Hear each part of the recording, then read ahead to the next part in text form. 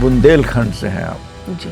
तो ये बुंदेलखंड का क्या इन्फ्लुएंस है आपकी लाइफ में, क्या रहा है? वो धरती इतनी उपजाऊ है कि यदि आप पत्थर फेंक के मारेंगे तो जिस पे लगेगा वो कुछ ना कुछ करता हुआ मिलेगा।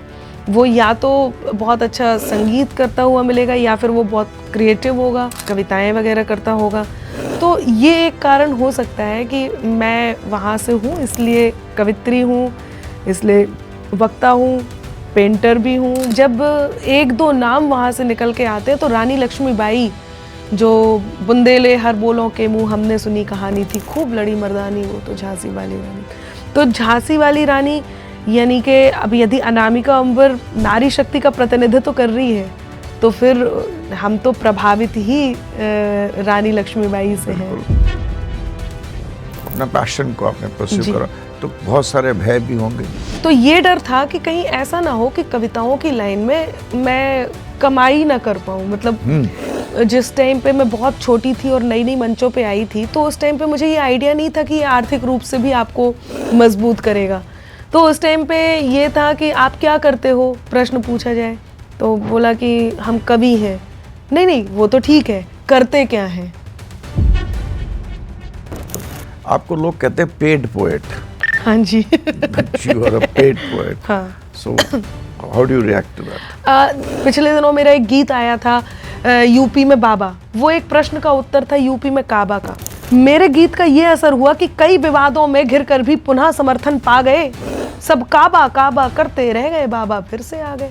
इसका अर्थ ये है कि मैंने जो लिखा वो जनता ने स्वीकार किया और जनता ने वापस से ये चाहा कि आने चाहिए। दुश्मन के हथियार नहीं हो पाएंगे, देश विरोधी धार नहीं हो पाएंगे और सरकारी कहलाना है मंजूर हमें, लेकिन हम गद्दार नहीं हो पाएंगे।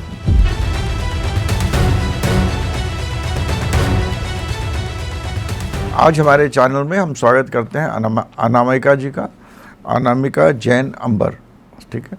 और ये एक बहुत बड़ी कवित्री हैं और इनका मेरे को इनके बारे में इस तरह पता चला कि इनके एक भाई जैसे भाई साहब हैं जिन्होंने इनकी जन्मपत्री दी मेरे को, जो कि मैंने देखी और देखने के बाद the horoscope is a very strong horoscope. इनके हॉरोस्कोप अनामिका जी नमस्कार, स्वागत है आपका इस कार्यक्रम में मेरे चैनल में।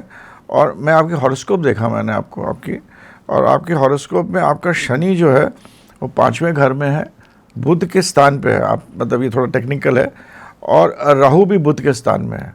तो बुध जो होता है वो 3 चीज़ें देखता है, कंप्यूटर, कॉन्टैक्ट्स एंड कम्युनिकेशन। तो ये 3 चीज़ें आपकी ज़िंदगी का आधार है मतलब। और राहु आपका बुध के घर में है, तो आप जो कविता करेंगे, जब राहु होता है तो आदमी out of the box, unconventional, ऐसी चीज़ें बोलेंगी जिससे कि लोगों को प्रभावित करेंगे। अलग तरीका थोड़ा अलग रहेगा आपका। मेरे को ज़्यादा पता नहीं आपका, ऐसे मेरे को लगता है। सही बात है। शनि मंगल भी आपका साथ में है, तो you will be a very dairying lady. आपसे जूझना कोई आसान, मतलब शुक्र चंद्र साथ में है तो इमोशनल भी हैं आप। तो वो भी आपका दिख रहा था। और सूर्य आपका 11वें घर में, तो मतलब politicians, government, people with power, इन सब से आपको इनको फ़ायदा पहुंचाएंगे और आपको भी फ़ायदा होगा। बुध आपका 10वें घर में, और पैसा आपके पास काफ़ी आएगा। मतलब जैसे शनि की दशा चल रही है तो पैसे और धन इन सब के बावजूद मैंने ये देखा है, सब चीज़ होने के बावजूद आपका केतु 8वें घर में है। तो that gives a very kind of a great spiritual orientation. मतलब इट गिव्स यू, केतु 8वें घर में आदमी को इंट्यूशन पावर बहुत हाई देता है, स्पिरिचुअलिटी की तरफ ले जाता है। बहुत ही अच्छा प्लैनेट है। तो दोनों चीज़ आपके राहु केतु 2-8 एक्सिस में है, तो आपका लोगों के साथ जुड़ना, फाइनेंस, फैमिली सब रहेगा, मगर साथ में इंट्यूशन आपका बहुत अच्छा रहेगा जी। और ये आपका, तो ये पत्री मेरे को बहुत अच्छी लगी आपकी, तो हमने सोचा आपसे मिलें। तो इसीलिए रिक्वेस्ट करी आपको मैंने पॉडकास्ट के लिए। और हमने आपके लिए कुछ क्वेश्चंस हैं पूछने के लिए रखे थे, मैं आपसे पूछता हूँ। तो लेट्स। मेरे लिए ये बिल्कुल अलग अनुभव होगा आज। हाँ, हमारी कोशिश उसके सामने बोलना है जिसको मेरी पूरी जन्मपत्री पता है। सबसे पहला सवाल मेरा ये है कि आपका जो इन्फ्लुएंस है वो एक बुंदेलखंड से हैं आप। जी। तो ये बुंदेलखंड का क्या इन्फ्लुएंस है आपकी लाइफ में, क्या रहा है? देखिए, हमारा जो बुंदेलखंड है वहाँ पे लोग बहुत सीधे साधे भोले भाले लोग हैं। मैं इसलिए नहीं कह रही क्योंकि मैं वहाँ से हूँ और मैंने खुद को देखा है, इसलिए कह रही हूँ। वहाँ पे वहाँ की मिट्टी में ही है बहुत ज़्यादा चालाकियाँ, बहुत ज़्यादा दिमाग से काम करना, ये सब वहाँ के लोगों को नहीं आता है। तो बहुत सिंपल लोग हैं, शो ऑफ में कोई ख़ास लोगों की रुचि नहीं है। और बुंदेलखंड में जो यदि कोई इन्फ्लुएंसर है, जैसे कि मैं वहाँ से निकली हूँ, तो वो धरती इतनी उपजाऊ है कि यदि आप पत्थर फेंक के मारेंगे तो जिस पे लगेगा वो कुछ ना कुछ करता हुआ मिलेगा। वो या तो बहुत अच्छा संगीत करता हुआ मिलेगा, या फिर वो बहुत क्रिएटिव होगा, या फिर वो गॉड गिफ्टेड होगा, जैसे कि कविताएं वगैरह करता होगा। तो बुंदेलखंड के लोगों में जो गॉड गिफ्ट होती है, ईश्वर से मिला हुआ वरदान, जो उनके खुद के स्किल होते हैं, उनके खुद के कला उनके अंदर जो होती है, हाँ, उनका कौशल जो होता है, तो वहाँ पे ये है। तो ये एक कारण हो सकता है कि मैं वहाँ से हूँ, इसलिए कवित्री हूँ, इसलिए वक्ता हूँ, पेंटर भी हूँ। मुझे बुंदेलखंड पैट्रियटिज्म के लिए भी, अपने देशभक्ति के लिए भी बहुत जाना जाता है। बिल्कुल बिल्कुल, बुंदेलखंड देशभक्ति के लिए इसलिए जाना जाता है कि जब एक दो नाम वहाँ से निकल के आते हैं तो रानी लक्ष्मीबाई, जो बुंदेले हर बोलों के मुंह हमने सुनी कहानी थी, खूब लड़ी मर्दानी वो तो झांसी वाली रानी। तो झांसी वाली रानी यानी कि अब यदि अनामिका अंबर नारी शक्ति का प्रतिनिधित्व कर रही है तो फिर हम तो प्रभावित ही रानी लक्ष्मीबाई से हैं। और 1857 की क्रांति में मैं तो अपने आप को एक और बात के लिए बड़ा सौभाग्यशाली मानती हूँ कि जन्म मेरा बुंदेलखंड में हुआ, विवाह मेरठ में हुआ, और 1857 की जो क्रांति थी तो उसमें ये दोनों ही धराएं, क्रांति धरा मेरठ और बुंदेलखंड झांसी, ये दोनों ही जगह उस समय के लिए हाईलाइटेड थी। मंगल पांडे ने यहाँ से बिगुल बजाया था क्रांति का, और रानी लक्ष्मीबाई ने झांसी का। तो मैं झांसी से, मतलब झांसी के पास ललितपुर है, वहाँ की जन्मी और मेरठ में शादी, तो इसलिए भी देशभक्त तो होना बनता है। मैंने सुना कि आपने MSc करी, शायद बॉटनी में करी है ना, और सरकारी PhD भी करी हुई है। चलिए, आई डिडंट नो दैट। नहीं, सरकार, मैंने PhD की हुई है medicinal plants of Bundelkhand zone, और उसके बाद उसको कंटिन्यू किया है रुड़की जोन में मेडिसिनल प्लांट्स। तो मैं डॉक्टर, इसीलिए डॉक्टर अनामिका जी। यस, मैं सोच रहा शायद आपने शायद कला में कुछ PhD करी होगी, तभी आप डॉक्टर लगाती हैं। नहीं, उपाधि भी मिली है, हाँ। लेकिन वैसे PhD से ही डॉक्टर हूँ। तो एक आप PhD हैं, आपने पढ़ा भी है, जाहिर है आपको बहुत सारी सरकारी नौकरियां भी मिली होंगी, बिल्कुल, बहुत सारी जॉब्स अच्छी मिली होंगी, उस जगह से हैं। तो आपने ये एक बात होता है कि आराम से एक हर महिला सोचती है कि नौकरी करेंगे, अपने आगे बढ़ेंगे, जैसे होता है जी। तो आपने वो एक अच्छा बात उसको छोड़कर आपने पोएट बनने की क्यों सोची? मैं डॉक्टरेट में भी जा रही थी, मैंने उसको भी छोड़ा। वो तो इसलिए छोड़ा क्योंकि कुछ मेरे घर में 3 पीढ़ियों में अकेली लड़की हूँ, और मेरी दादी को ये था कि वो अपने पास ही रखें, तो वो नहीं चाहती थी कि कहीं दूर जा कर के पढ़ाई करूँ, और मेडिकल की पढ़ाई करने का मतलब तो दूर ही जाना पड़ता, तो वो तो इसलिए छोड़ा था। तब तक इतनी समझ नहीं थी कि पोइट्री के लिए कुछ छोड़ना है। लेकिन उसके बाद जो मैंने 3 सरकारी नौकरियाँ छोड़ी हैं, मतलब 3 सरकारी ज्वाइन ही नहीं की, हाँ, तो एक तो ज्वाइन भी कर ली थी 1 महीने की भी, फिर मैंने छोड़ दी लास्ट में। वो मैंने पोइट्री के लिए ही छोड़ी है, क्योंकि वो मुझे कविताएं ही करना था, और वो मुझे कविताएं ही बहुत अच्छे से करनी थी।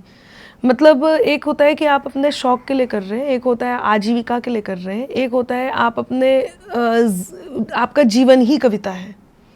तो शौक और आजीविका दोनों को मिला करके, इसलिए कि मेरा सब कुछ, मेरा समर्पण ही मेरी कविताओं में, मेरी प्रस्तुति में, लोगों तक पहुंचने में, इसी में ही है, कविताओं से।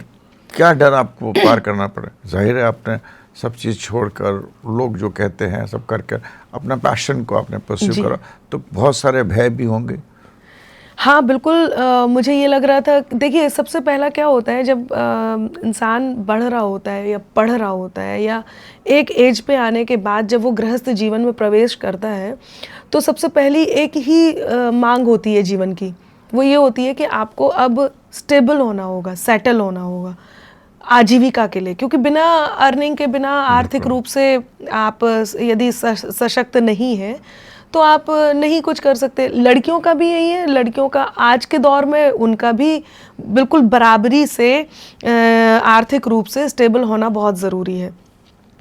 तो ये डर था कि कहीं ऐसा ना हो कि कविताओं की लाइन में मैं कमाई ना कर पाऊँ। मतलब देखिए, आप यदि कवि हैं तो ठीक है, वो आपका पैशन है, हॉबी है, आप उसको फुलफिल कर रहे हैं आजकल। हाँ, जैसे अब तो ग्लैमराइज हो गया है, वरना जिस टाइम पे मैं बहुत छोटी थी और नई नई मंचों पे आई थी, तो उस टाइम पे मुझे ये आइडिया नहीं था कि ये आर्थिक रूप से भी आपको मजबूत करेगा। तो उस टाइम पे ये था कि आप क्या करते हो, प्रश्न पूछा जाए तो बोला कि हम कवि हैं। नहीं, वो तो ठीक है, करते क्या हैं? तो यदि आपको शादी करना है, मैंने कहा ना, गृहस्थ जीवन में यदि प्रवेश करना है तो आपके पास कोई नौकरी होनी या कोई काम होना या कोई बिजनेस होना बहुत ज़रूरी है। तभी आप सही मायने में वो इंसान माने जाएंगे जो सामाजिक होता है, जो समाज में रहता है, कमाता है, खाता है। तो ये एक डर था कि कहीं ऐसा तो नहीं कि इसमें आर्थिक रूप से कुछ मिलेगा नहीं मिलेगा, लेकिन वो डर इतना बड़ा नहीं था, वो डर था ही नहीं। एक तरह से देखा जाए तो वो शून्य था, नगण्य था। उस डर से कोई ज़्यादा फर्क नहीं पड़ रहा था। मुझे एक ही चीज़ दिख रही थी और वो था अपनी कविताओं को मास बनाना, जन जन तक पहुंचाना। ना सिर्फ मेरी कविताओं को, बल्कि कविता जैसे कार्यक्रमों को, कविता जैसे शोज़ को लोगों तक पहुंचाना। क्योंकि आज की डेट में अभी भी यदि सबसे सस्ता कोई शो होता है, सबसे कम बजट का, तो वो कविताओं का, कवि सम्मेलन का होता है, या लोग क्योंकि शौक में भी करते हैं तो वो बहुत बड़ी बात नहीं मानी जाती है। तो ऐसे टाइम पे लोगों तक कविताओं का पहुंचना, मास बनना बहुत ज़रूरी था। और मुझे ये पता था कि मैं इस हवन में मुझे अपनी आहुति देनी है। आपके पति भी शायद इसी? जी, मेरे पति भी कवि हैं, सौरभ सुमन जी। जी, वो भी इसी हाँ जी, प्रोफेशन में। तो उससे तो आपने, उससे फ़ायदा होता है, नुकसान हाँ, होता है बिल्कुल। कि क्या होता है? नहीं, उससे सिर्फ और सिर्फ फ़ायदा हुआ है। लोग ये कहते ज़रूर हैं कि एक ही प्रोफेशन में दो लोग होते हैं तो तुलनाएं होती हैं और जीवन कठिन होता है, लेकिन मेरे जीवन में मुझे ऐसे लगता है ऐसा बिल्कुल भी नहीं हुआ। क्योंकि मुझे लगता है यदि किसी साधारण व्यक्ति से शादी हुई होती, साधारण से मतलब किसी और कवि से, हाँ, जिसको इस बारे में नहीं पता, तो मेरा कविता वाला जीवन ज़रूर कठिन हो जाता। क्योंकि ये बहुत अच्छे से समझते हैं कि हमें रात में कवि सम्मेलन करने होते हैं, हमें कितने उसके लिए मतलब कितना संघर्ष करना होता है। तो वो सारी चीज़ें बहुत अच्छे से समझते हैं और बहुत अच्छे से सपोर्ट भी करते हैं। अब एक क्वेश्चन इससे बहुत, जो आपको लोग कहते हैं पेड पोएट। हाँ जी। You are a paid poet. हाँ। So how do you react to that? Paid दो तरह का पेड है। आप किस बारे में पेड कहना चाह रहे हैं? क्योंकि पेड पोएट तो इस समय सभी हैं। पेड से इन द सेंस कि आप कविता पढ़ रहे हैं और उसके बदले में पेमेंट ले रहे हैं, एक तो ये है।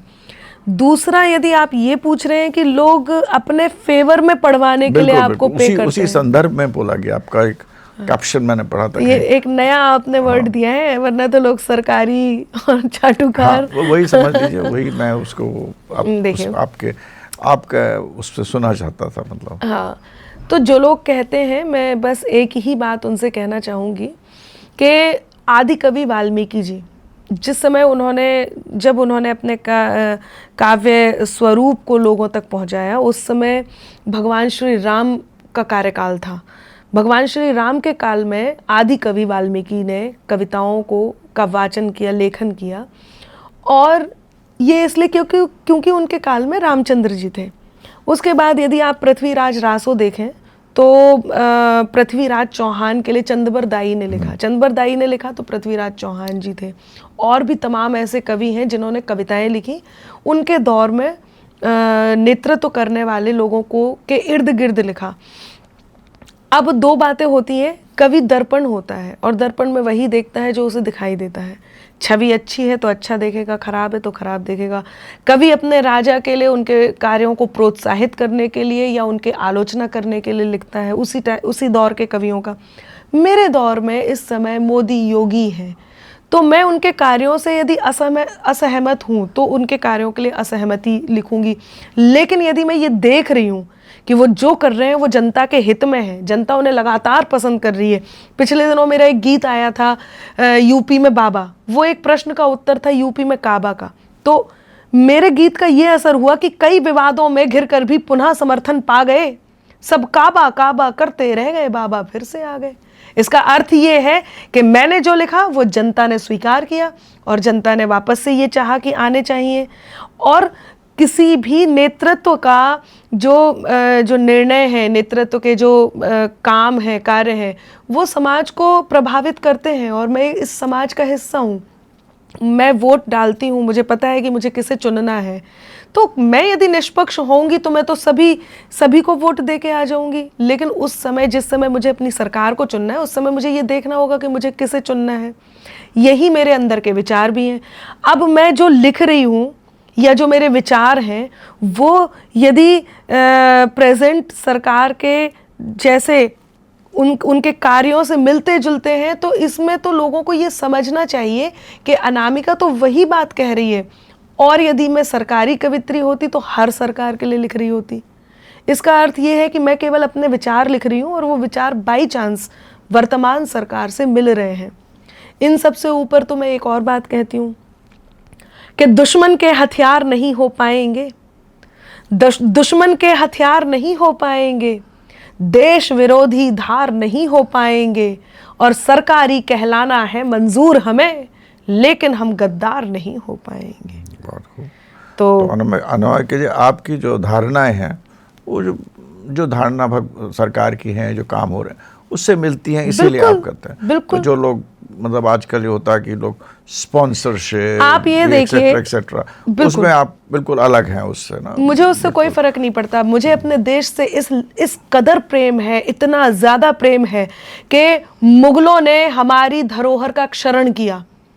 मुगलों ने, विचारधारा से भी प्रेम है। बिल्कुल बिल्कुल, जो विचारधारा है, मुझे मैं अपनी विचारधारा को उससे आप प्रेरित हैं। वो क्योंकि मेरी विचारधारा से मिलती है, समावेश करती है, एक साथ क्योंकि उनके कार्य, उनकी विचारधारा मेरे विचारधारा से मिलती है। मुझे सिर्फ और सिर्फ अपनी विचारधारा से प्रेम है, लेकिन क्योंकि उनके कार्य, उनकी विचारधारा, उनकी हर चीज, मैं बताती हूँ ना, मुगलों ने हमारे देश के धरोहर का क्षरण किया। उस क्षरण के विरोध की विचारधारा का समर्थन करना यदि सरकारी है तो मैं स्वीकार करती हूँ कि ठीक है, हाँ मैं सरकारी हूँ। अनुच्छेद 370 हटा 35 से यदि उसका समर्थन करने वाली की विचारधारा को सरकारी विचारधारा कहा जाएगा तो मैं 370 धारा हटने का समर्थन करती हूँ और हाँ ठीक है, मैं सरकारी हूँ। हमारे सैनिकों के शौर्य के प्रमाण मांगे गए, हमारे सैनिकों के शौर्य पर प्रश्न चिन्ह लगाए गए, इसके विरोध की विचारधारा का समर्थन करना यदि सरकारी है तो मैं सरकारी हूँ। भगवान श्री राम को प्रामाणिक कहा गया, उनके होने के प्रमाण मांगे गए। सनातन को डेंगू मलेरिया कहा गया। यदि इसके इसकी विरोध की विचारधारा का समर्थन करना सरकारी है तो मैं सरकारी हूँ। प्रभु श्री राम का मंदिर बना, लोगों ने नाक मुंह बनाए, लेकिन कुछ लोगों ने समर्थन किया, मैंने समर्थन किया। यदि उसको समर्थन करना आपको लगता है सरकारी है तो फिर मैं स्वीकार करती हूँ, मैं सरकारी हूँ। मैं ये कहती हूँ कि जनता जिस बात से खुश है, कवियों का काम ये है कि वो अपने समाज की बातों को लोगों तक पहुँचाए। यदि समाज उस बात से खुश है तो मैं क्यों उसका विरोध करके समाज के हितों को, मतलब समाज को उनके हितों से दूर करूं। सबसे ऊपर यह है कि अनामिका जी, आप इसके साथ, मतलब आपका भी धारणा है वही है। बिल्कुल। एक तो जनता चाहती है, हाँ, मेरी खुद की धारणा भी वही है, आपकी धारणा भी वही है, वो ज्यादा जरूरी है। इस पर आप कुछ हमको एक कविता कुछ जो मेरी भी धारणा है। देखिए, मुझे अपने देश से प्रेम है और मैं दो बातें कहूंगी, क्योंकि जो आपकी धारणा मेरी धारणा भी है, इसीलिए मैंने अच्छा लगा कि आप। तो जो भूमि देवताओं की परम पावन विरासत है, जहां सत्यम शिवम और सुंदरम हर क्षण मुहूर्त है, धर्म सत्कर्म संस्कृति सभ्यता कर्तव्य का मंदिर, हमें है गर्व जिस पर वो हमारा देश भारत है। हमें है गर्व जिस पर वो हमारा देश भारत है। और इस पर कोई उंगली उठाएगा तो किसी भी बात से होती शिकायत हो तो हो जाए, जो ठाना है करेंगे हम, हिमाकत हो तो हो जाए। न गद्दारी नहीं गद्दार अब मंजूर है हमको, सलामत देश हो मेरा बगावत हो तो हो जाए। और उसके ऊपर एक बात और ज़रूर कहूँगी, लोग कहने से डरते हैं, समर्थन भी करते हैं। आप समर्थन कर रहे हैं, आप अपने पॉडकास्ट को लोगों तक पहुंचा रहे हैं। कुछ लोग समर्थन करते हैं लेकिन कहते नहीं है, उन्हें एक डर होता है। उन्हें किसका डर होता है मुझे समझ में नहीं आता। मैं कहती हूँ कि बात में कुछ बात हो, वो बात होनी चाहिए, जीत होनी चाहिए या मात होनी चाहिए। और पीठ पीछे कुछ भी कहना तो बहुत आसान है, सामने से कह सको औकात होनी चाहिए। मैं हूँ और मैं कहती हूँ कि जहर वाणी का त्यागें वो हर एक विद्वेष को छोड़ें, विषैले दंत वाले इस मधुर परिवेश को छोड़ें, और जिन्हें रहना पिटारे में रहे वो शौक से, लेकिन जिन्हें आस्तीन में रहना है मेरे देश को छोड़ें। अरे वाह, जिन्हें आस्तीन में रहना बहुत है बड़ी मेरे बात है। देश को।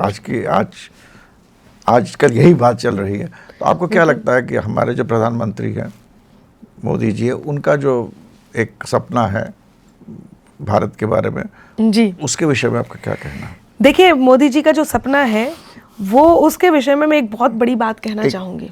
उनका भी, जैसे कि हमारे चंद्रगुप्त मौर्य बहुत बड़े, वैसा उनका भी एक बहुत बड़ा बिल्कुल सपना है कि एक भरोसे को उम्मीदों का अपनी खत सौंप दिया। एक भरोसे को मैंने एक बात बोली थी कि संसद की चौखट को चूमा, लोकतंत्र को मान दिया, दुनिया भर में भारत माता को अपनी सम्मान दिया।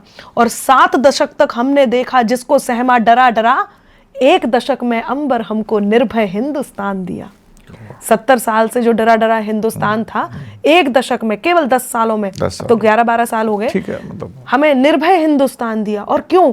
कि एक भरोसे को उम्मीदों का अपनी खत सौंप दिया, संदेहों के घेरे तोड़ा, संदेहों के घेरे तोड़े, पूरा जनमत सौंप दिया।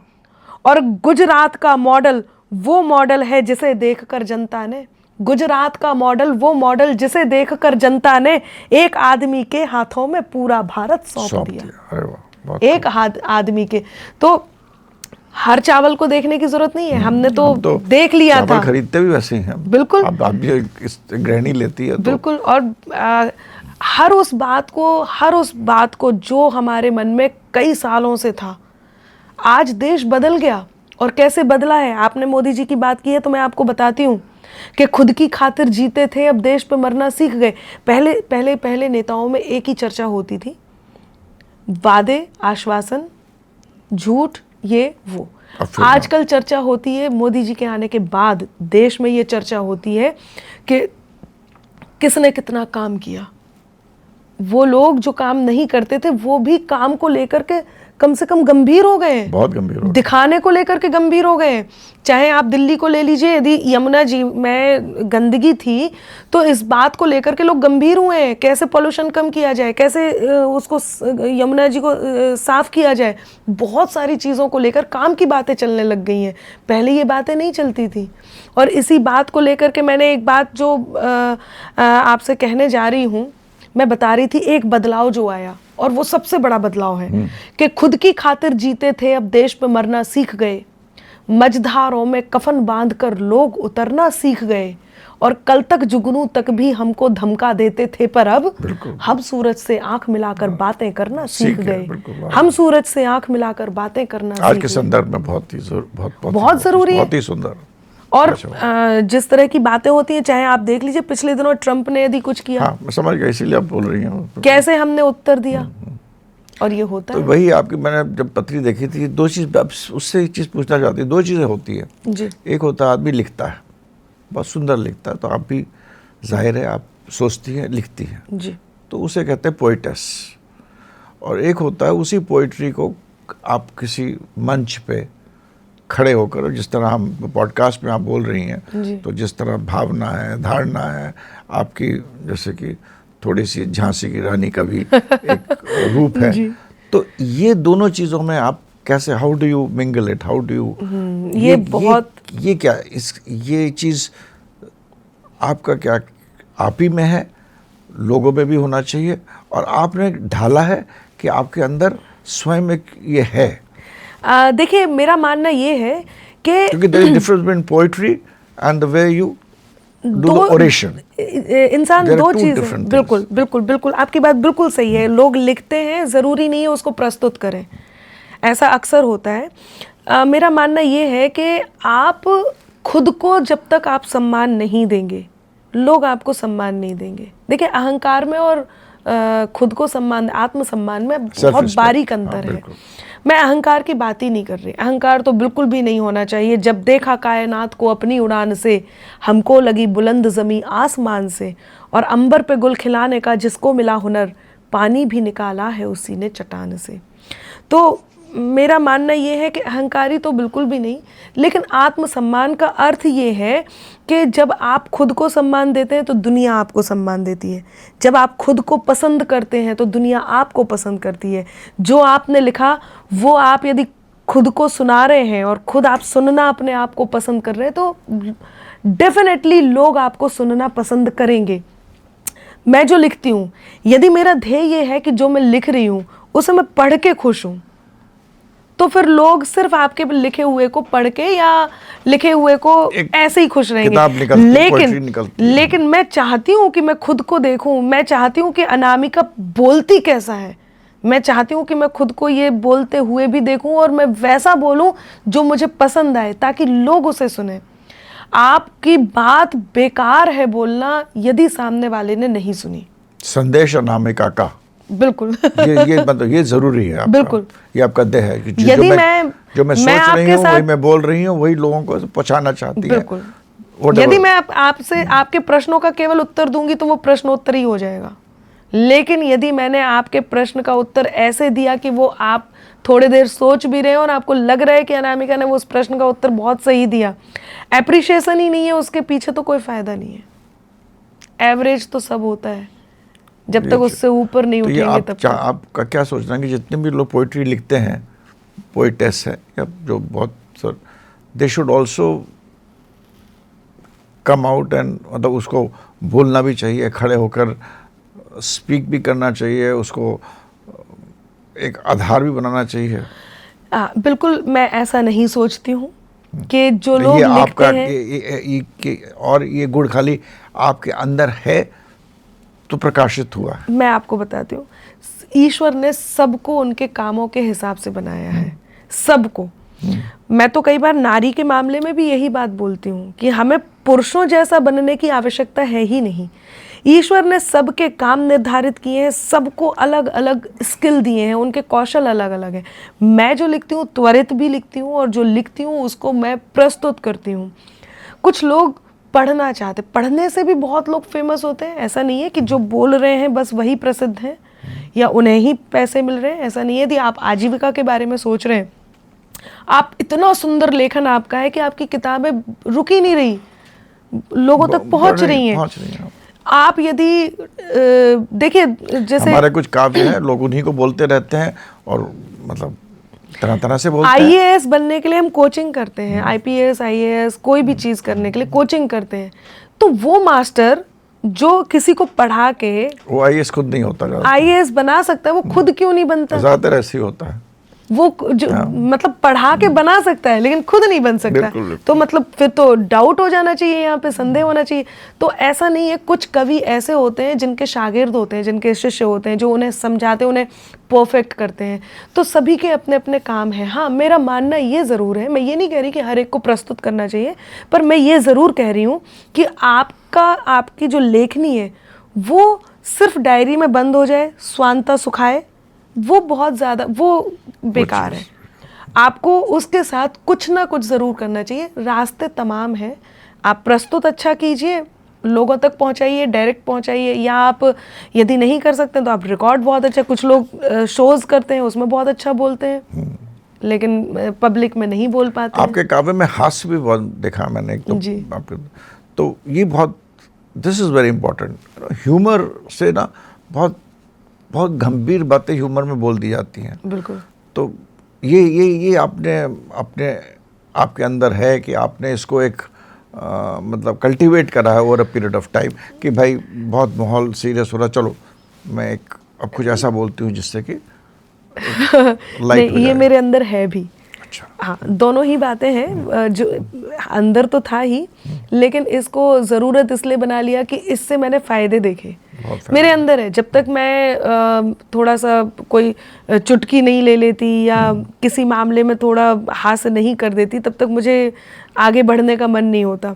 और मैंने देखा है, मेरा मानना ये है कि आप जितनी देर सामने वाले से वार्तालाप कर रहे हैं, यदि वो 1 सेकंड भी पलक झपकने के साथ उसका दिमाग, यहाँ इसकी पलक झपकी और वहाँ पे उसका दिमाग भी किसी और जोन में चला गया, होता ही है ऐसा, तो सामने वाले की जो पंक्ति है वो स्लिप हो जाएगी। और मैं इतनी मतलब अधिकार पूर्वक बात करती हूँ कहीं पे भी, चाहे वो घर में है, परिवार के साथ है, शॉपिंग जा रही हूँ तो वहाँ पे, या आपसे बात कर रही हूँ, या कवि सम्मेलन में मंच पे हूँ। मेरा मानना ये है कि सामने वाला 1 सेकंड को भी कहीं और किसी और जोन में नहीं जाना चाहिए। अब होता क्या है, जब आप एक जैसी चीज़ सुनाते रहेंगे तो फिर वो थोड़ा तो जाएगा। ऐसे में 2 बातें हैं, एक तो श्रोताओं को कविताएं सुनाने के लिए मनाना भी बहुत ज़रूरी है, बांध के भी रखना है। यंगस्टर्स आना नहीं चाहते, बिल्कुल सुनना नहीं चाहते, उनका एक अलग जोन है, उन्हें बहुत सारी चीज़ें मोबाइल पे अवेलेबल हैं। जेन अल्फा है, ये तो आप जानते हैं, इनको तो क्या चाहिए। जेन जी तो अब मतलब इसमें वो तो फिर भी थोड़ा बहुत आ भी रही है, उसके बाद वाले तो बिल्कुल नहीं आना चाह रहे, उन्हें पता ही नहीं है, जानते ही नहीं है। तो ऐसे में हमें बदलने की ज़रूरत है। मैं अपने काव्य पाठ में सबसे पहले ऐसी बातें बोलती हूँ जिससे मैं जनता तक पहुँच जाऊँ। हंसी मजाक, हल्की फुल्की, छोटी मोटी इधर उधर की, मैं पहुँच गई। अब वो मेरे गिरफ्त में है, अब उन्हें खींच के अपने पास ले आती हूँ, फिर मैं वो सुनाती हूँ जिसके लिए मैं वहाँ पहुँची थी। तो ये करना बहुत ज़रूरी है, और जो लोग ये नहीं करते हैं वो फिर वो उनका जाना आना बेकार है। मैंने आपका एक लिखा भी था, आपने एक शो करा था कवि युद्ध जी, टेलीविजन शो था मेरे ख्याल से। जी जी बिल्कुल। और उसके बाद आप वहाँ से डिजिटल प्लेटफॉर्म में आप काफ़ी, मैंने तमाम शो किए हैं। तमाम शो किए हैं। उसके बाद डिजिटल प्लेटफॉर्म में, यूट्यूब में भी हैं। तो कौन सा माध्यम आपको अच्छा लगा और ये ट्रांजिशन कैसे हुआ आपके? देखिए, जब मंचों पर कवि सम्मेलन हो रहे थे तो मैं मंचों पे थी। 2 दौर के कवि सम्मेलन होते थे, पिछले 2 दशक से मैं मंचों पे हूँ। 2 दशक से इसलिए क्योंकि मैं जब बाल कवित्री थी तभी मंचों पे आ गई थी। अच्छा। तो मेरे दौर में मैं जब नई आई थी तो उर्मिलेश जी, नीरज जी, गोपाल दास नीरज जी, संतोष आनंद जी, उर्मिलेश जी, ये मंझे हुए कवि थे, और हरिओम पवार जी, सुरेंद्र शर्मा जी, कुंवर बेचन जी, ये नए कवि, यंग कवि हुआ करते थे। मैं तो बहुत छोटी बच्ची थी, यंग से मतलब थोड़ा बड़े हो गए थे। तो उनके साथ कवि सम्मेलन करती थी, तो 2 दौर के कवि सम्मेलन होते थे, मतलब सुबह 7 बजे तक चलते थे। वो भी लोगों तक पहुंचते थे, खूब भीड़ होती थी, खूब टिकटें बिकती थी। धीरे धीरे ग्लैमराइज हुआ, 2020 का ज़माना आया, एक दौर के होने लग गए, एक दौर भी लेट नाइट। अब थोड़ा और बदलाव आया, एक दौर के बाद वो होते अभी भी एक दौर के हैं, लेकिन एक कॉम्पैक्ट टाइम दिया जाता है आपको, 3 घंटे दिए, इसमें ही करना है, 10 बजे तक ख़त्म ही कर देना है, मतलब हार्ट टू हार्ट 11 तक ख़त्म कर देना है। वो भी लोगों तक पहुंचा। उसके बाद टेलीविज़न आया, एक पोएट्री का कार्यक्रम शुरू हुआ, वाह वाह, उसमें मेरी 2-3 बार एंट्री हुई। फिर वाह वाह क्या बात है, उसमें भी खूब गई, मैंने कई सारे एपिसोड किए। फिर उसके बाद लपेटे में नेताजी, एक शो मैंने खुद ही शुरू करवाया एक चैनल पे, न्यूज़ चैनल पे, वो भी मैंने किया। फिर एक मेरा खुद का आया जी न्यूज़ पे, जिसको मैंने लगभग 2.5 साल किया। उसमें मैंने 400 कवियों को पढ़वाया, लगभग 400 कवियों को। मेरा ध्येय ये था कि केवल हमें लोगों तक नहीं पहुंचना है, कविता को लोगों तक पहुंचना है। और कविताओं को लोगों तक पहुंचने का अर्थ ये है कि जो गाँव में बैठे बैठे लोग भी हैं ना, जो नहीं जानते कि टेलीविज़न पे कैसे आते हैं, उनको भी वहाँ से लेकर के आया जाए। वो अपने गाँव में उसे देखने के लिए उसके गाँव के लोग इकट्ठे होंगे, अर्थात कविता को देखने के लिए कोने कोने से लोग आएंगे, सुनेंगे, जानेंगे। बिल्कुल, वो भी बहुत अच्छा था। उसके बाद सोशल मीडिया के माध्यम से इसमें आर्थिक लाभ भी है, दूसरा पहुंच किसकी कितनी ज़्यादा है। मैंने बताया ना, तब से लेके अब तक मुझे ऐसे लगता है कि परिवर्तन संसार का नियम है और इंसान को बदलना ज़रूरी है।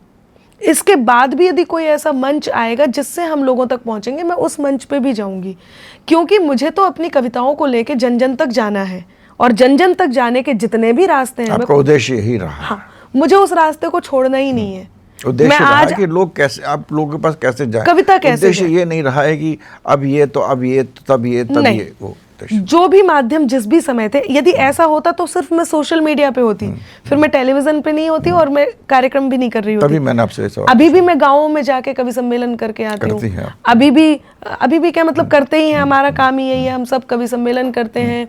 और जितने पारंपरिक कार्यक्रम होते हैं, अभी जैसे महादेवा महोत्सव, ददरी मेला महोत्सव, अभी भी बहुत सारे ऐसे परंपरा के कार्यक्रम होते हैं।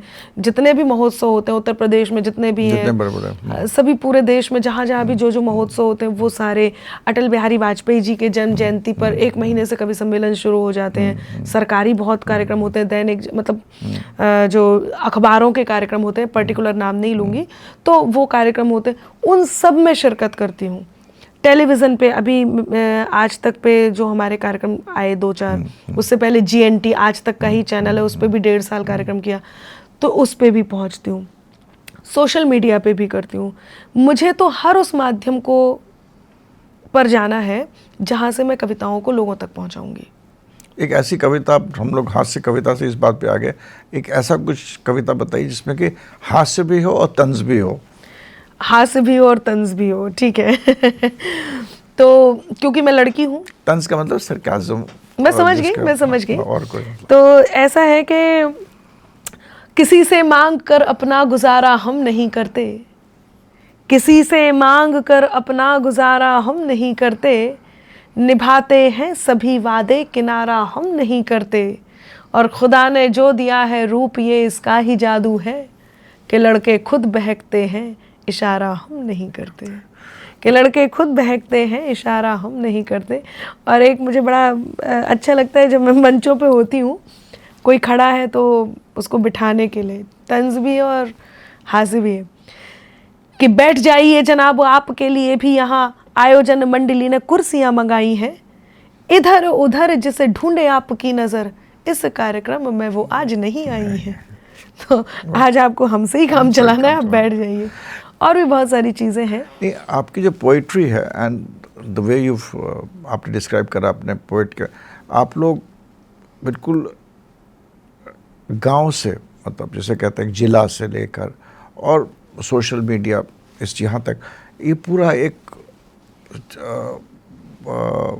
सिस्टम है, लाइन है जिसको कवर करते हैं जी। तो और हर जगह अलग अलग संदेश देना पड़ते हैं। जैसे किसी गांव में जाएंगे तो उनका सोचने का तरीका, उनको जो चाहिए और जो आप बताना चाहते हो अलग होगा। बिल्कुल।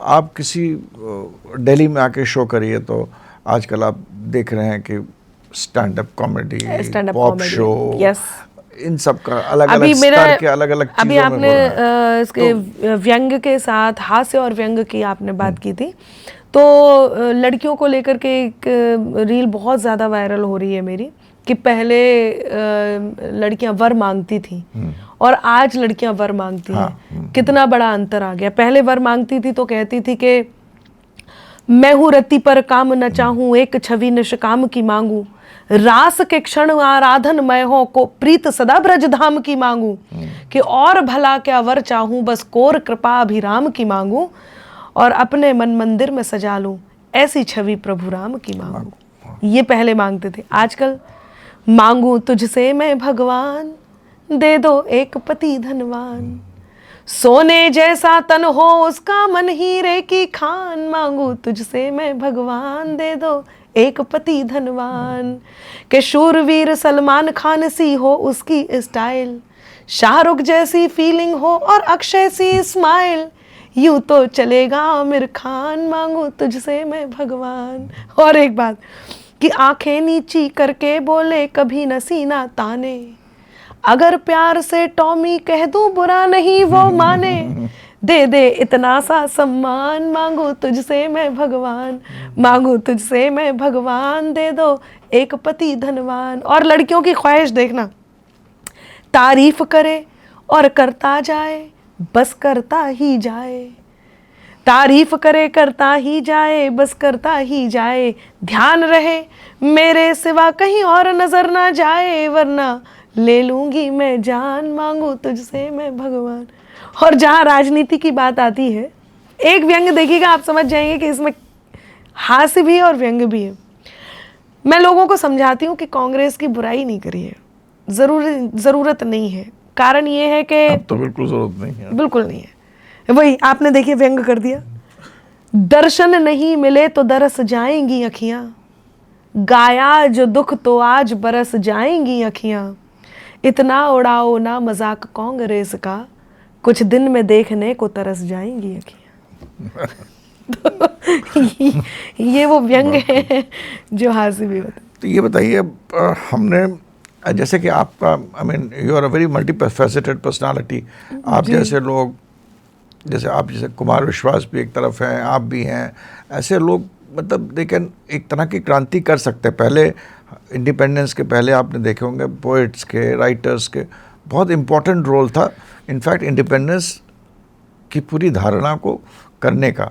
आज के तारीख में विद गांव से, इलेक्ट्रॉनिक्स से, सोशल मीडिया से, टेलीविज़न से, सबसे पोइट और पोइटिस कनेक्टेड हो रहे हैं। मगर हम ये देख रहे हैं कि जो आज की युवा है, चाहे वो गांव में हो, चाहे वो A क्लास में, B क्लास, उनका जो सुनना चाहते हैं, जो जिससे कि, क्योंकि पैसा आपने बताया बहुत इम्पोर्टेंट है, आपने अपने उसमें भी बताया कि everybody is looking for money, तो जो उनका स्तर जो सुनने का है और सुनना चाहते हैं, वो आजकल देशभक्ति को भी लोग अलग तरीके से सुनना चाहते हैं। अगर आप किसी की बुराई भी करते हैं तो वो ज़्यादा पसंद है, क्योंकि anti thesis is always very good, कि जो हो रहा है उसके अगेंस्ट बोलो तो बहुत अच्छा लगता है। बिल्कुल वही आप आजकल इंस्टा में भी देखिए, ज़्यादातर रील्स देखिए, बहुत सारी तो सरकार के अगेंस्ट बोलते हुए लोगों को ज़्यादा आपको पॉपुलैरिटी मिलेगी, एक्सेट्रा एक्सेट्रा।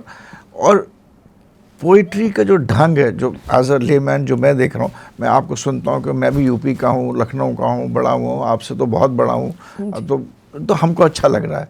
बट शायद मेरी बेटी या उसके बच्चे, उनको क्या है, उनको they like a different kind of poetry, जिसको कि इसमें कि हिंदी थोड़ी इतनी मुश्किल ना हो। हाँ, मैं समझ सकती हूँ, बातें ऐसी हों जो मैं बताती हूँ, थोड़े उसमें शब्द ऐसे हों जो कि शायद बोल भी नहीं सकते हैं। वो जरूरी भी है। आपका क्या कहना है, वो जरूरी है मैसेजिंग के लिए?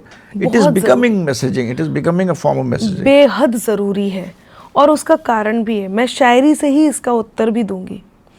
समा जाता अगर बाहों में तो आकाश भर लेते, समा जाता अगर बाहों में तो आकाश भर लेते, कहीं आँखों में बस जाते किसी दिल में उतर लेते। और शेर यूं है कि सिलेबस था तो पूरे साल में आधा ना हो पाया, सिलेबस था तो पूरे साल में आधा ना हो पाया, जो होती वेब सीरीज तो ख़त्म एक दिन में कर लेते। सिलेबस था तो पूरे साल में आधा ना हो पाया, जो होती वेब सीरीज तो ख़त्म एक दिन में कर लेते। कारण है, देखिए उपन्यास, आपने आंसर किया मेरे सवाल का बिल्कुल बहुत अच्छी तरह। तो बस यही तो और यही शब्द वो चाहते भी हैं। ये देखिए कितने जल्दी समझ में आया। यही बात मैं यदि यंगस्टर्स के लिए कहूँगी तो उन्हें एकदम समझ में आएगा। उनको समझ में ये बात आती है कि कम ज्यादा में उलझी दुनिया सारी है। सरलता देखिएगा आप, सरल लिखना कठिन है, बहुत कठिन। कम ज्यादा में उलझी दुनिया सारी है, वक्त वक्त पे सबका पलड़ा भारी है। और तुमने जिससे मेरी बात कही जाकर, तुमने जिससे मेरी बात कही जाकर, याद रहे उसकी मुझसे भी यारी है। तो यही है। तो अभी आप तो यंग हैं, आपका बहुत लंबा सफ़र है अभी, तो इसमें क्या अपना जो आपके जो कुछ उद्देश्य होंगे, कुछ प्रिंसिपल्स होंगे, बिल्कुल है, उसको चेंज करिएगा फॉर द। मैंने किया है। जो यंगस्टर्स सुनना चाहते हैं, आप देखिए श्रृंगार, आप श्रृंगार को देखिएगा, यंगस्टर्स क्या सुनना चाहते हैं और मैं श्रृंगार को, हम लोग क्या सुनना चाहते थे। मैंने श्रृंगार कहा तो मैंने लिखा, मैं तेरे नाम हो जाऊं तू मेरे नाम हो जाए, मैं तेरा दाम हो जाऊं तू मेरा दाम हो जाए, न राधा सा न मीरा सा विरह मंजूर है मुझको, बनूं मैं रुक्मणी तेरी तू मेरा श्याम हो जाए। ये हम सुनते हैं। लेकिन यंगस्टर्स के हर किसी का सजेशन नहीं चाहिए, हर किसी का सजेशन नहीं चाहिए, इश्क में मॉडरेशन नहीं चाहिए, हर किसी का सजेशन नहीं चाहिए, इश्क में मॉडरेशन नहीं चाहिए। मैं भी लॉयल रहूं वो भी लॉयल रहे, मैं भी लॉयल रहूं वो भी लॉयल रहे, इससे ज़्यादा इमोशन नहीं चाहिए। कि मैं भी लॉयल रहूं वो भी लॉयल रहे, इससे ज़्यादा इमोशन नहीं चाहिए। और वो करे मेरी परवाह यही ठीक है, वो करे मेरी परवाह यही ठीक है, इससे ज़्यादा ऑब्सेशन नहीं चाहिए। तो यंगस्टर्स ये सुनना चाहते हैं, ये सुनना चाहते हैं कि मेरा एक गीत आया था वो बहुत पसंद किया जाता है। जन्मपत्री में हम बहुत दूर जाएंगे। 2 लाइन सुनाती हूँ, बड़ा मन का है, 2 लाइन सुनिएगा आप झूम जाएंगे। कि अब डर नहीं है मुझको किसी कत्लेआम का, अब डर नहीं है मुझको किसी कत्लेआम का, बनवा लिया है टैटू सनम तेरे नाम का। लेकिन आप ये देखिए मोहब्बत पूरी है, पूरी है। मत समझो के बस आज कल ही डेट करूंगी, जन्मों के साथ ही हर जन्म में वेट करूंगी, ये दिल की लैंग्वेज है जिसे देखना है वो इंस्टा पे देख लेना मैं अपडेट करूंगी, पैगाम मिल गया है नजर के सलाम का, बनवा लिया है टैटू सनम तेरे नाम का, बनवा लिया है टैटू सनम। बात वही है, बात वही है, कहने का तरीका अलग है और आपने अपने को ढाल भी लिया है, ये बहुत ज़रूरी है and it is a must. जो लोग आजकल बहुत लोग मैं मिलता हूँ, लोग कहते हैं हम चेंज नहीं करेंगे, नहीं, दुनिया चेंज करेगी, ये मेरी वो, but this is very good, this is must. चाहे आपको पॉलिटिकल क्रांति लाना हो, सोशल क्रांति लाना हो, या जो भी आपके उद्देश्य हैं उसके लिए ये बहुत ज़रूरी है, अच्छा है and this is very good. And इसी से मैं आपका जो आखिरी जो प्लीज़ एक करना चाहता हूँ कि आपका एक वॉइस है, आप सोशल वॉइस हैं, आप एक पॉलिटिकल वॉइस हैं, आप कंट्रोवर्शियल भी रही हैं, आपका इम्पैक्ट भी रहा है काफ़ी, मतलब तो इसमें जो आपका आगे का मतलब व्हाट इज़ योर मतलब जो सोच है आगे का इन सब क्षेत्रों में करने का, किस तरह करना चाहती हैं आप? देखिए मेरे साथ एक सबसे ज़्यादा जो शुरू से मैंने जिस फेज़ को फेस किया है वो ये है कि मैं एक नारी हूँ और जो बड़े बड़े धुरंधर इस क्षेत्र में है, मेरे सोचने से कभी कुछ होता है या नहीं होता है वो एक अलग चीज़ है, लेकिन ऐसे ऐसे धुरंधर आपको आपके जीवन में मिलते हैं जो आपको बढ़ने नहीं देते, बिल्कुल, जो आपको पीछे से खींचते हैं।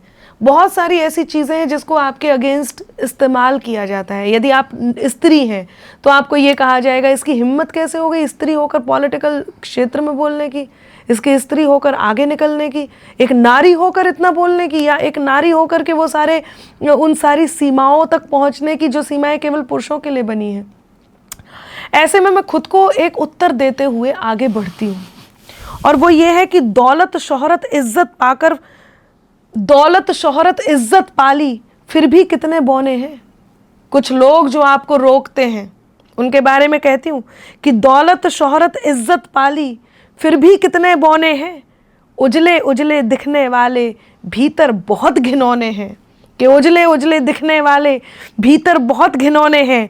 मासूमों की तकदीरों को रचने का भ्रम है तुमको, कि मासूमों की तकदीरों को रचने का भ्रम है तुमको, याद रहे ऊपर वाले के तुम भी एक खिलौने हो, कि याद रहे ऊपर वाले के तुम भी एक खिलौने हो। और कहती हूँ मत सोचना इस बात का हिसाब नहीं है।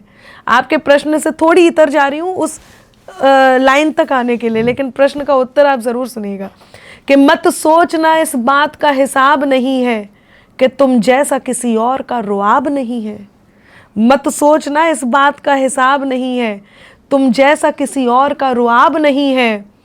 और माना मुकाबला नहीं है छल का तुम्हारे, माना मुकाबला नहीं है छल का तुम्हारे, पर उसके न्याय का भी तो जवाब नहीं है, पर उसके न्याय का भी तो आपका इंसिडेंट है कल्चरल पुलिसिंग, एक वर्ड है, जो लोग बहुत लोग यूज़ करते हैं, और सोनपुर मेला में 2022 में yes, that is an incident जो मैंने पढ़ा था।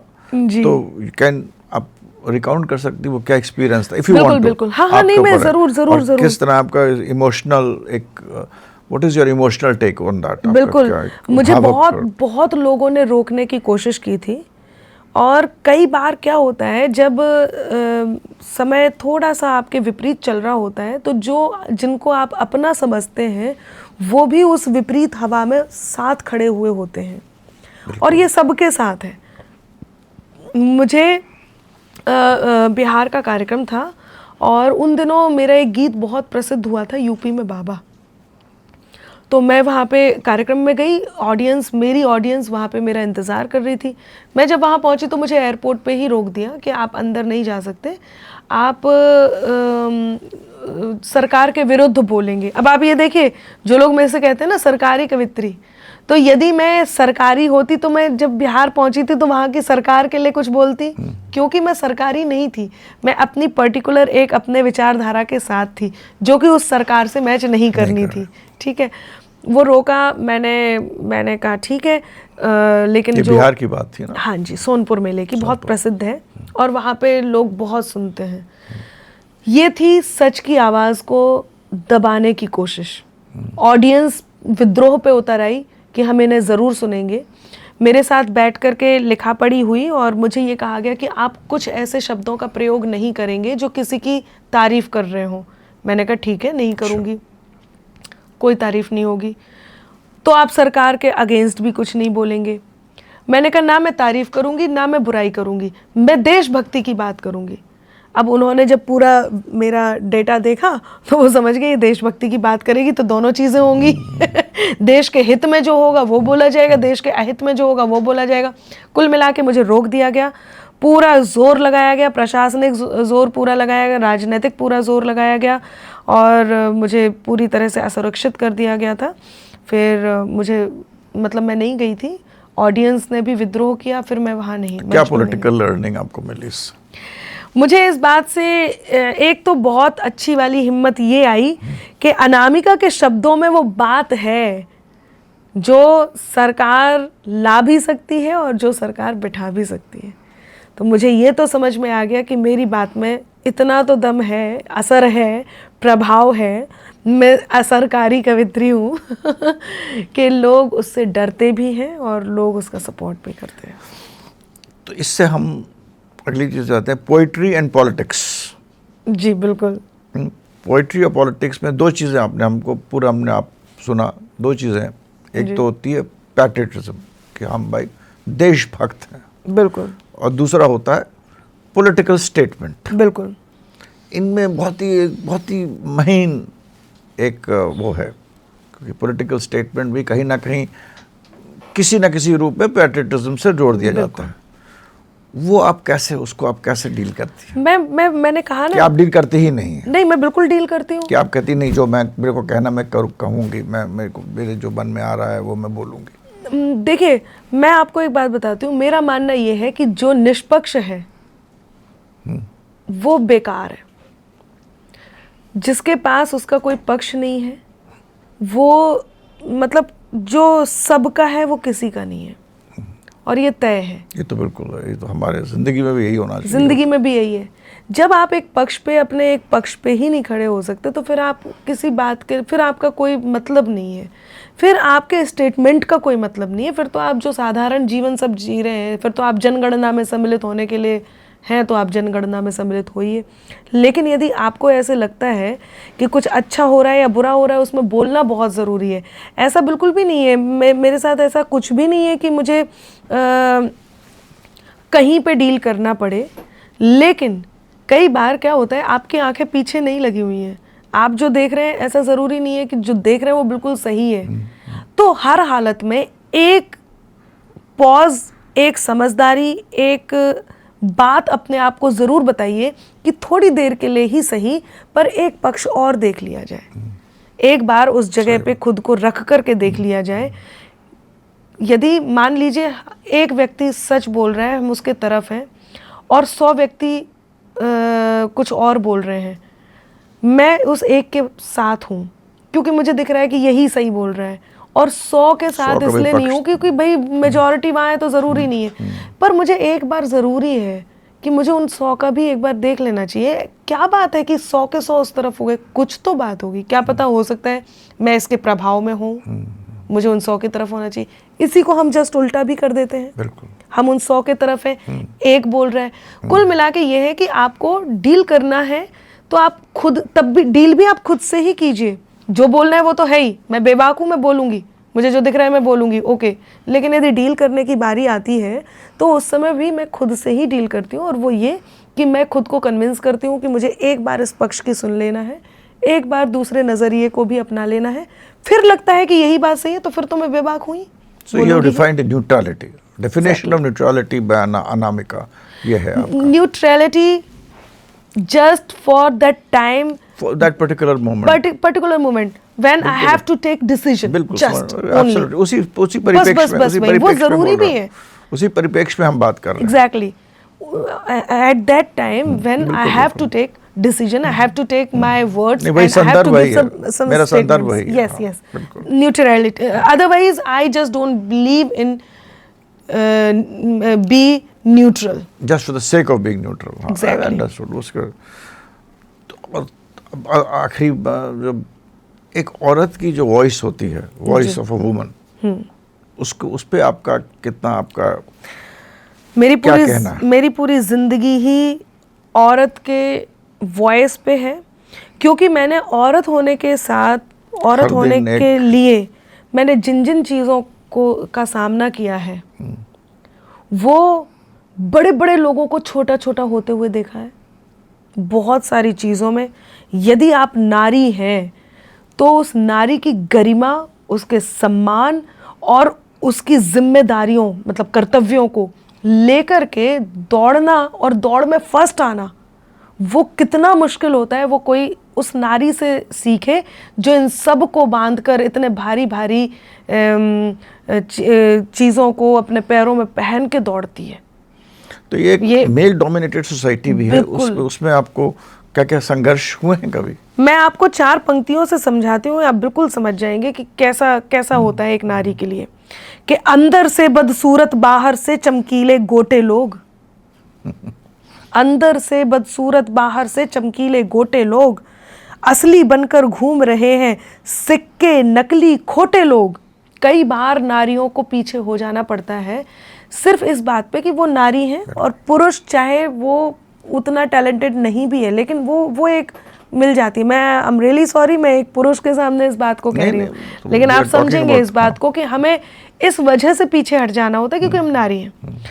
तो अंदर से बदसूरत, बाहर से चमकीले गोटे लोग, असली बनकर घूम रहे हैं सिक्के नकली खोटे लोग, और सच्चाई ईमान धर्म, सच्चाई ईमान धर्म हो या रिश्तेदारी या यारी, बड़ी बड़ी बातों को करने वाले छोटे छोटे लोग, बड़ी बड़ी बातों को करने वाले छोटे छोटे लोग।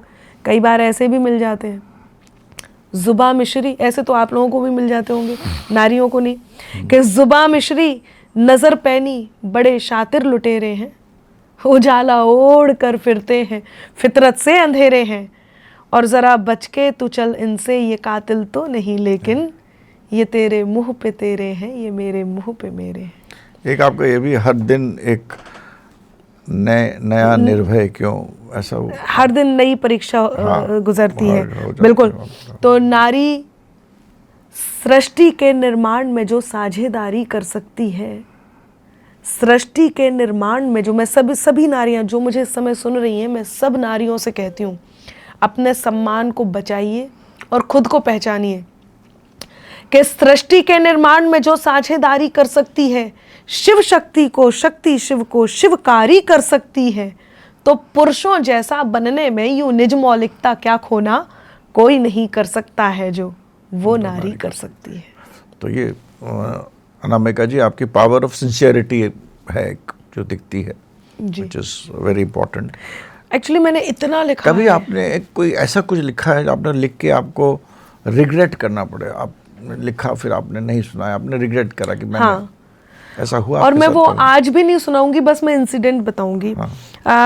कुछ लोग नज़र में विश्वास नहीं रखते हैं, नज़र लगने में हाँ, नज़र उनको नहीं फर्क पड़ता है। आप तो इतने बड़े एस्ट्रोलॉजर हैं, तो आप इसको नज़र लगती है किस तो। दृष्टि से देखते हैं मुझे नहीं पता, लेकिन मैंने उसकी एक पंक्ति ज़रूर सुना दूंगी। मैंने लिखा, 4 लाइन लिखी थी, और लश्कर के लश्कर टूट जाते हैं, लास्ट में था कि पत्थर टूट जाते हैं, इस तरह की बात थी। वो मैंने वैसे ही लिख दिया था, पत्थर टूट जाते हैं। अब मैंने वो लाइंस लिखी, मंचों पे सुनाई, मेरा वो पूरा 1 साल मैं किसी भी मंच पे नहीं जम रही थी। अच्छा। मम्मी से मेरी बात हुई, मम्मी बोली बेटे तुम्हें नज़र लग गई है, तुम दिख भी बड़ा वैसे ही रही हो, बोल भी पता नहीं कैसे रही हो। मतलब मैं अपनी, आज तक ऐसा नहीं हुआ कि अनामिका ने कुछ बोला हो और बिना ताली के चला गया हो, लेकिन वो हुआ। तो कुछ लोग नज़र में विश्वास नहीं रखते। मैं उनसे ये ज़रूर कहूँगी कि नज़र में विश्वास रखना बहुत ज़रूरी है।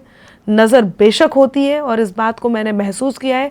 जब मैंने ये लाइंस लिखी थी, उन लाइंस में नज़र की बात मैंने की थी कि नज़र लगती है तो पत्थर के पत्थर टूट जाते हैं।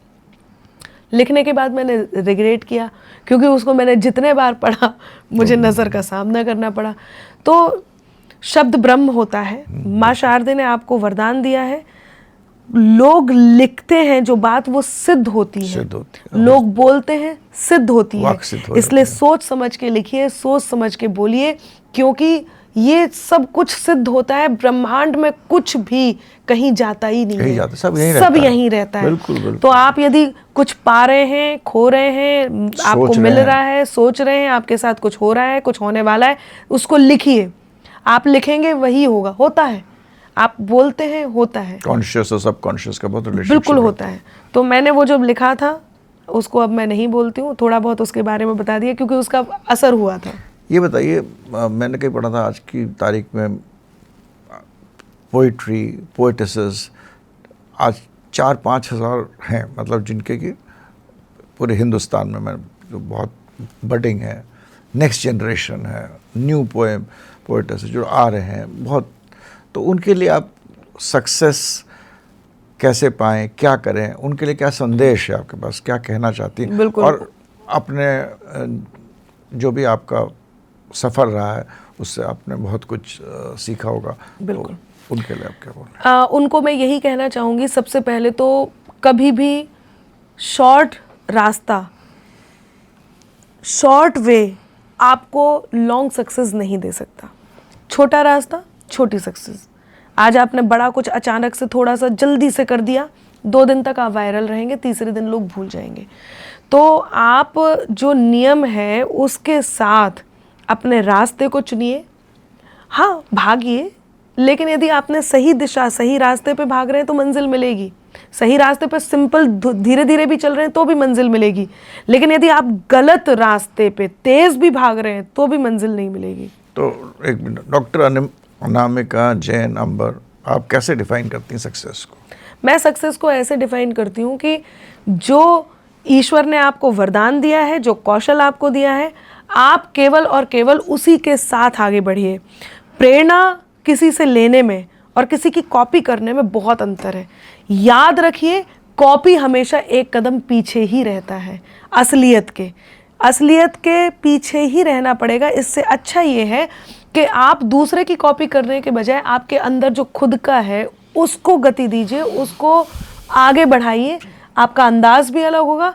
आपने अभी गिनती बताई, 5000 लोग हैं पूरे देश में, आप उन 5000 में से टॉप 5 में होंगे, ये मेरा दावा है। मैं सक्सेस को, अब ये प्रश्न अलग है, वो तो सक्सेस कैसे पानी है वो है, बाकी मैं सक्सेस को ऐसे देखती हूँ, वही पूछा था मैंने। जिस बिंदु पर आप संतुष्ट हैं वही सक्सेस है। अदरवाइज सक्सेस का कोई आसमान, कोई भी लिमिटेशन नहीं है। आप पूरे, यदि आप विचरण कर रहे हैं अंबर पे, तो वहाँ पे आपको कहीं कोई मापदंड नहीं है, कहीं कोई आपकी रोकथाम नहीं है, कहीं कोई लिमिटेशन नहीं है, कोई सीमा नहीं है। एक बात कहती हूँ कि कहाँ कहाँ तक जाती अंबर आँखों की जद याद रहे।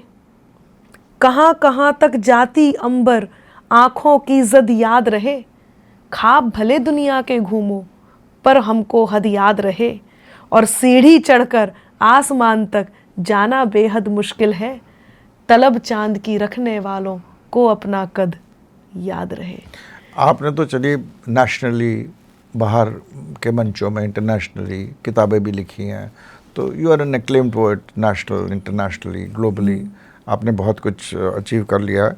तो ये सब अचीव करने के बाद आप ये कह सकती हैं जो आप कह रही हैं, मगर जो स्ट्रगल कर रहा है उसके लिए आप क्या संदेश, उसको आप क्या बताना चाहती हैं? ये मेरा प्रश्न है। अब आपने अब बिल्कुल वो स्वैप हो गया। पहले मैं वही बता रही थी, फिर मैं उस पे आई कि बिल्कुल जो लोग कर चुके हैं उनको तो मैं यही कहूँगी, मेरे लिए तो यही है कि जहाँ मैं संतुष्ट हूँ, जहाँ मुझे लग गया है कि भाई यहाँ पे अब मैं खुश हूँ। जो लोग स्ट्रगल कर रहे हैं उनको मैं यही कहूँगी कि अपने लिए एक पॉइंट बनाइए, क्योंकि किसी भी चीज़ की कोई सीमा नहीं है। आपको आपका ध्येय, जब तक आपके पास आपका लक्ष्य नहीं होगा तब तक आपको आपके सक्सेस का, आपके भागने का, आपके दौड़ने का, आपको कितना दौड़ना है उसका कोई मायने नहीं है। आप जो स्ट्रगल कर रहे हैं उनको ये पता होना चाहिए कि उनका लक्ष्य क्या है, वरना आप स्ट्रगल करते रहेंगे और फिर उस लक्ष्य के लिए बिल्कुल जैसे टांगे का घोड़ा नहीं होता है ऐसे एकदम, आप उस लक्ष्य के लिए सीधे उसी की तरफ बढ़ते रहिए, केवल उसके इर्द गिर्द रहिए, उसी को पाना है, वही आपका लक्ष्य है और उसी तक आपको पहुंचना है। बस यही आपको करना है। जितने लोग स्ट्रगल कर रहे हैं वो अपने असली कौशल के साथ करिए। दौलत, रिश्तेदारी, यारी, आपकी चालाकियाँ, हर कुछ आपका साथ छोड़ सकती हैं एक समय में, लेकिन मेहनत एक ऐसी चीज़ है जो किसी कीमत पे आपका साथ नहीं छोड़ेगी। तो मेहनत कीजिए। मेहनत यदि आप कर रहे हैं तो ये तय है आप भाग्य से भी ऊपर हो जाएंगे। यदि भाग्य में नहीं भी है, कोई आपको कह रहा है आपके भाग्य में ये नहीं है, मेहनत कीजिए, वही तो नहीं है भाग्य में, उससे भी ज़्यादा आपको मिलेगा, ये मेरा दावा है। आखिरी चीज़, कोई ऐसी चीज़ है जो कि आप अपने पोइट्री में उसको आप नहीं बोल पाई हैं और उसके बाद अपना जो पूरे फिलॉसफी है of your poem, of your life, बिल्कुल, उसको आप मैं 4 लाइन में कह देती हूँ, शब्दों में, अपने लाइनों में कुछ। अगर तुम भी नहीं हमसे तो फिर हम भी नहीं तुमसे। आप किसी भी क्षेत्र को उठा के देख लीजिए, इन 4 लाइनों से ऊपर कुछ नहीं है। अगर तुम भी नहीं हमसे तो फिर हम भी नहीं तुमसे, कोई खुशियाँ नहीं तुमसे, कोई गम भी नहीं तुमसे, हुनर से अपने कद को खुद बढ़ाना जानते हैं हम, ज़्यादा तो नहीं तुमसे मगर कम भी नहीं तुमसे। बहुत खूब बनाओ, बहुत बहुत धन्यवाद।